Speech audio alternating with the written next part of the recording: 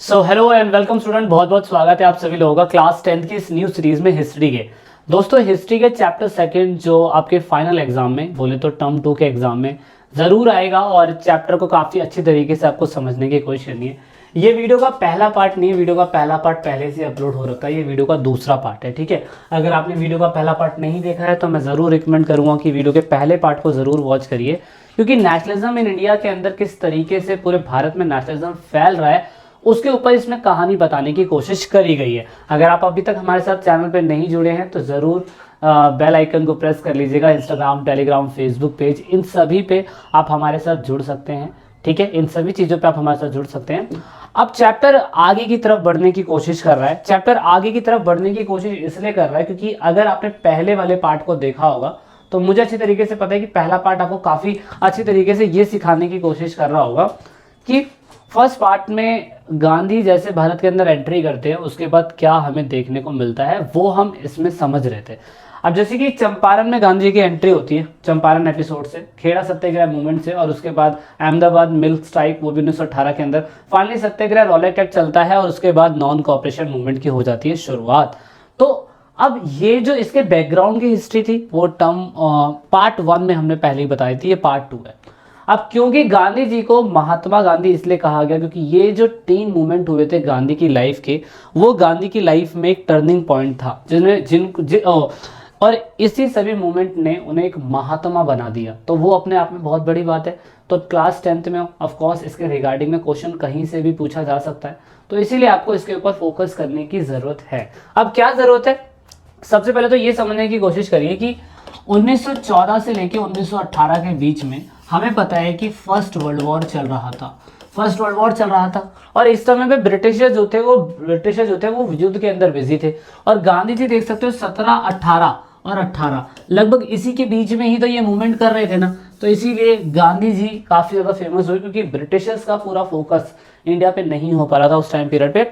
अब ऐसा बोला जाता है कि प्रथम विश्व युद्ध के शुरू होने का गांधी का एक रीजन तो है ही है साथ में, लेकिन गांधी के साथ साथ जो फर्स्ट वर्ल्ड वॉर हुआ था उसकी वजह से हो रहा था कि युद्ध के कारण की वजह से कस्टम ड्यूटी बढ़ाई जा रही थी, टैक्स बढ़ाया जा रहा था, प्राइस बढ़ाए जा रहे थे और वॉर के ऊपर सरकार जो थी लोन भी ले रही थी। और उसकी वजह से क्या होता कि आम जनता जो बेचारी भारत के अंदर रह रही थी उनके ऊपर बहुत ज़्यादा राइजिंग प्राइस जो था उसकी दिक्कत हो गई। तो इसकी वजह से मैं कह सकता हूँ, मान लीजिए कि किसी किसान ने 100 रुपये का अनाज जो था वो बेचा। मान लो कि उन्होंने मैं बोल सकता हूँ एग्जाम्पल के लिए, मान लीजिए कि 100 किलो अनाज जो था, 100 किलो अनाज 100 रुपये का बेच दिया उन्होंने। लेकिन जब ये मार्केट में आटा बन के आता था तो उस टाइम पीरियड पे क्या होता था, आटा बन के जब आता था तो ऑफकोर्स वो 100 रुपये का अनाज इनको 110 रुपये का मिलता था। तो ऐसे तरीके से कस्टम ड्यूटी को बढ़ा देना, भारत के अंदर जो सामान था उनको ना खरीदना, बाहर के सामान को इंपोर्ट करना, तो भारत का जो पैसा था जो टैक्स के रूप में इस्तेमाल होता था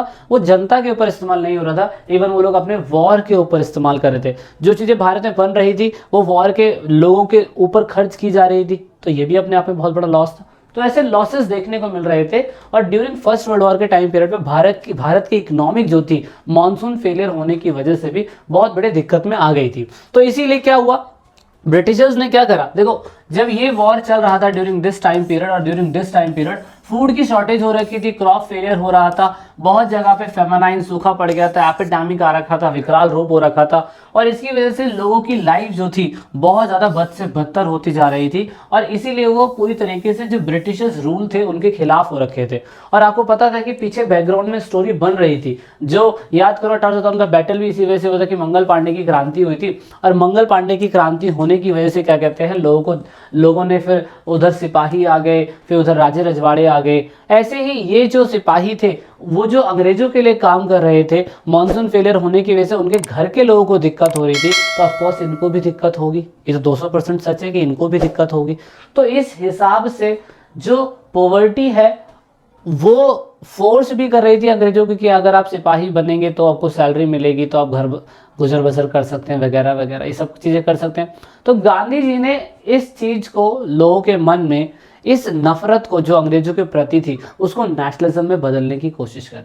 अब क्योंकि सत्याग्रह चलाना था गांधी जी को, क्योंकि गांधी जी ने कहा था कि अगर हम अंग्रेजों से लड़ेंगे तो ऑफकोर्स अंग्रेजों से लड़ा नहीं जा सकता, क्योंकि हमें उन्होंने गुलाम ही बंदूकों से और तोपों से और इन सब चीज़ों से गुलाम बनाया था, उन पे ऑर्गेनाइज आर्मी थी। हालांकि हमारे पास ऑर्गेनाइज आर्मी तो थी, लेकिन सभी लोगों को एक साथ जोड़ना सत्य के रास्ते पे चलने जैसा था। और गांधी जी ने ये कहता कि अगर आप सत्य के रास्ते पे चलेंगे तो ही आप कुछ कर पाएंगे। तो इसीलिए प्रिंसिपल ऑफ सत्याग्रह में बोला गया सभी धर्मों का सम्मान करेंगे, हिंदू मुस्लिम एक साथ आएंगे। इकोनॉमिक स्ट्रैटेजी में बोला गया कि आपको जो बाहर के जो एक्सपोर्ट्स है, जो गुड्स बाहर के मिल रहे हैं, उनको खरीदना बंद करना पड़ेगा। और दूसरा, आपको सच बोलना पड़ेगा और आपको झगड़ा नहीं करना है, वायलेंस नहीं करनी है, यानी कि नॉन वायलेंस आपको रहना है। तो ये सत्याग्रह ऐसा कहा जाता है कि गांधी जब साउथ अफ्रीका के अंदर थे तो ये अफ्रीका के अंदर भी इन्होंने पहली बार वहां पे सत्याग्रह चलाया था। और यही सत्याग्रह वो इंडिया के अंदर आजमाना चाहते थे, और इंडिया के अंदर आजमाना चाहते थे तो कहीं तो उन्हें आजमाना था। सो दैट इज वाई इनको मौका मिला कहाँ पे, चंपारण के अंदर। अब क्या हुआ कि दिसंबर 1916 के अंदर राजकुमार शुक्ला जो थे वो लखनऊ में कहीं भाषण सुन रहे थे, और राजकुमार शुक्ला जी ने गांधी जी को कहा कि आप वहीं से पटना की ट्रेन पकड़िए और पटना में आप जाएंगे, बिहार के अंदर तो चंपारण डिस्ट्रिक्ट है, वहां पे 1916 के अंदर ये प्रॉब्लम थी। तो 1916 के अंदर पहुंचे, रिसॉल्व पूरी तरीके से 17 के अंदर हुआ। तो बिहार के अंदर एक जगह थी मोतिहारी गांव, तो वहां पटना वो पहुंचे, वहां से मोतिहारी पहुंचे, और मोतिहारी में फिर पूरी कहानी देखने को मिलती है किस तरीके से 1917 के अंदर ये प्लान कामयाब हुआ। सत्याग्रह चलाया गया। सत्याग्रह पहली बार 20 साल के बाद गांधी जी ने इंडिया के अंदर चलाया, पहले अफ्रीका में चलाया था, अब इंडिया के अंदर चलाया। सत्याग्रह में मेनली बेसिक दिक्कत ये थी चंपारण के अंदर कि जो किसान लोग थे उनको ये कहा जाता था कि जमीन के पट्टे पे अगर आप टैक्स देना चाहते हो टैक्स मत दे, लेकिन इतने से हिस्से पे आप इंडिगो उगा लीजिए। इंडिगो यानी कि नील की खेती कर लीजिए। अब नील जो था वो क्या कहते हैं, किसानों को उगाने में कोई दिक्कत नहीं थी, टैक्स के रूप में पैसा तो वो अंग्रेजों को देते ही थे, लेकिन वो कह रहे थे कि भाई दिक्कत ये है कि जिस जमीन पे हम नील की खेती करते हैं उस जमीन की वजह से जमीन पड़ जाती है बंजर, और इस जमीन पे फिर हम 1 साल तक कोई खेती नहीं कर सकते। तो ये एक डिस्प्यूट था चंपारण के लोगों का। इवन वहाँ पे लिविंग स्टैंडर्ड बहुत गलत था, इनइक्वालिटी बहुत ज़्यादा थी, गरीब किसानों के साथ बहुत ज़्यादा क्या कहते हैं कम वेजेस पे उनको काम करवाया जाता था। चंपारण में किसानों को अपनी खेती योग्य भूमि का 1/3% इंडिगो विकसित करने के लिए मजबूर होना पड़ा। उनके कम भुगतान किए गए उनको, और उपज को दिए गए मूल्य कम होते थे। मजदूरों को भुगतान मजदूरी बेहद कम और पूरी तरीके से अपर्याप्त मिलती थी, मतलब जितना उगा रहे उतना भी नहीं मिलता था। तो इसीलिए बहुत परेशान हो गए वहाँ के लोग, और फाइनली गांधी जी ने कहा कि हमें सत्याग्रह करना पड़ेगा। सत्याग्रह मीन्स सत्य के रास्ते पे चलना पड़ेगा। गांधी जी पहले व्यक्ति थे जिन्होंने क्या कहते हैं लोगों को समझाया कि किस तरीके से हमें ये करना पड़ेगा। तो गांधी जी ने चंपारण पर रिएक्ट करा, पीजेंट को कहा कि सत्याग्रह स्टार्ट करिए। सत्याग्रह स्टार्ट करने का मतलब ये था कि ब्रिटिशर्स को आप क्या कहते हैं, आप पूरी तरीके से ये मना कर देंगे इंडिगो नहीं उगाना है, और आपकी फसल जो खराब हुई है उसका ब्रिटिशर्स को मुआवजा देने की जरूरत है। तो ये हुआ ऐसा। तो इस तरीके से पहला एपिसोड कामयाब हुआ। दूसरा एपिसोड खेड़ा सत्याग्रह था। खेड़ा सत्याग्रह के अंदर मेन प्रॉब्लम मैं आपको यहाँ से दिखा देता हूँ, ये खेड़ा सत्याग्रह, इसमें क्रॉप फेलियर हुई थी। मतलब खेड़ा कहाँ पे, गुजरात के अंदर है। ओके, गुजरात के अंदर क्या हुआ कि वहाँ के किसान जो थे वो जो भी खेतों में उगाते थे वहाँ पे वो सही तरीके से क्रॉप फेलियर हो गया और सही तरीके से उगा नहीं, और नहीं हुआ तो ऑफकोर्स वो टैक्स कैसे देंगे। लेकिन जो बेचारे क्या कहते हैं किसान थे वो मांग कर रहे थे कि इस बार उन्हें किसानों को कर में छूट दी जाए, क्योंकि जो कुछ थोड़ा बहुत पैदा हुआ है वो तो अपनी फैमिली को खिलाएंगे, टैक्स के रूप में क्या भरेंगे। सो दैट इज वाई यहाँ पे गांधी जी ने कहा, लेकिन सरकार जो थी, सरकार कह रही थी कि भाई हम रिडक्शन नहीं करेंगे। कौन सी सरकार, ब्रिटिशर्स गवर्नमेंट, क्योंकि उनको तो पैसे से मतलब है, ना बाप बड़ा है ना भैया, सबसे बड़ा रुपया, तो यहाँ पे पैसा चाहिए उन्हें। लेकिन गांधी जी ने कहा नहीं, ये नहीं होगा, हम सत्याग्रह चलाएंगे। और सत्याग्रह चलाने के लिए सभी किसानों को बोला गया कि आप पेमेंट ही मत करिए, टैक्स के रूप में पेमेंट ही मत करिए, और यही चीज भुगतान करने के लिए किसानों को सलाह दी गई कि कोई भी टैक्स ही पे ना करे। और खेड़ा सत्याग्रह इस तरीके से कामयाब हुआ।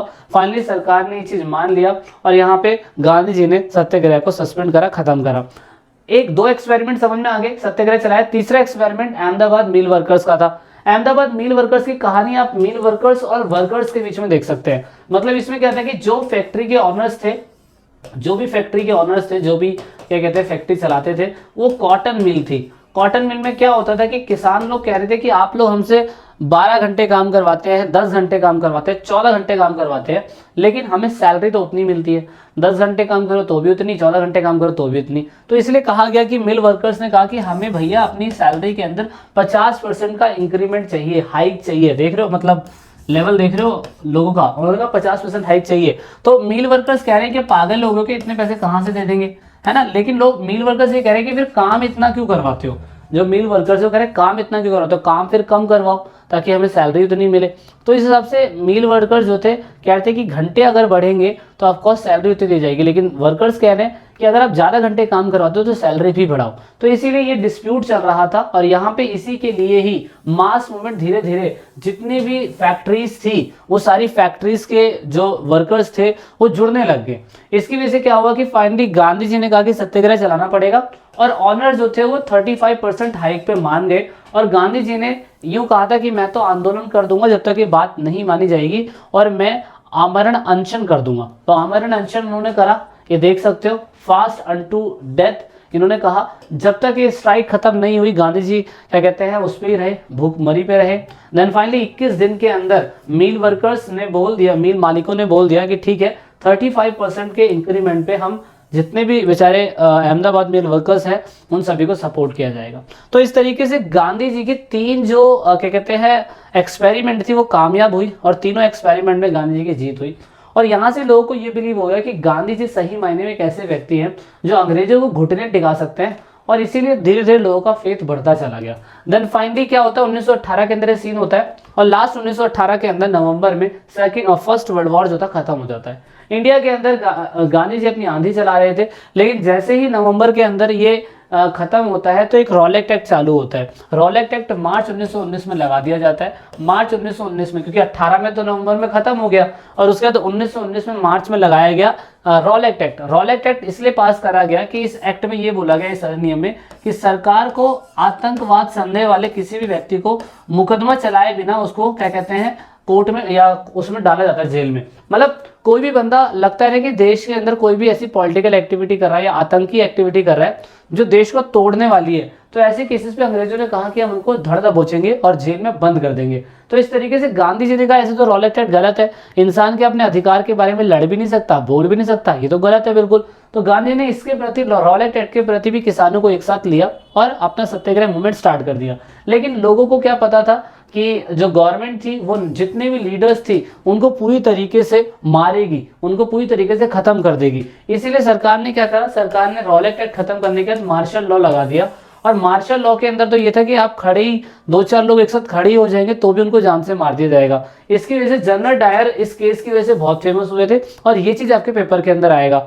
अप्रैल में जैसे ही मार्च में जैसे ही रॉलेट एक्ट लगता है और अप्रैल के अंदर जैसे ही मार्शल लॉ लग जाता है, तो मार्शल लॉ लगने की वजह से कोई बंदा साथ में खड़ा नहीं हो सकता था। लेकिन 13 अप्रैल 1919 के टाइम पीरियड में अमृतसर के अंदर जलियांवाला बाग के अंदर लोग अपना बैसाखी का मेला मनाने के लिए, साल में एक बार होता है, मनाने के लिए आए हुए थे। अब लोगों को ये नहीं पता कि मार्शल लॉ लग चुका है। मार्शल लॉ लग चुका है तो ऑफकोर्स जलियांवाला हो जाता है और कम से कम हजारों लोगों की, मतलब कई 100 लोगों की क्या कहते हैं डेथ हो जाती है। जनरल डायर यहाँ पे फायर ऑन शूट करवा देता है, तोपें अंदर घुसेड़ी नहीं उसने, लेकिन फिर भी बहुत सारे नन्हे जानों को, बहुत सारे लोग जो मेला देखने आए थे उनको मार दिया जाता है। तो जलियांवाला बाग हत्याकांड के बाद ये होता है कि बहुत सारे क्या कहते हैं जो भी जितने भी स्ट्रीट्स थी, बहुत सारे क्या कहते हैं जितने भी टाउन्स थे, जो भी क्या कहते हैं हमले हुए पुलिस पे, पुलिस और सरकार के बीच में ऐसे हमले होने लग गए पूरी तरीके से कि अंग्रेजों को लगने लग गया कि शायद से अब उनकी सरकार लंबे समय तक नहीं चल पाएगी, क्योंकि अमृतसर के अंदर पूरी तरीके से लोग दंगे पे उतर आए थे। क्योंकि जलियांवाला बाग हत्याकांड इतना खतरनाक था कि लोगों को समझ में नहीं आता कि आप क्या करें, जिनके प्यारे न्यारे गए।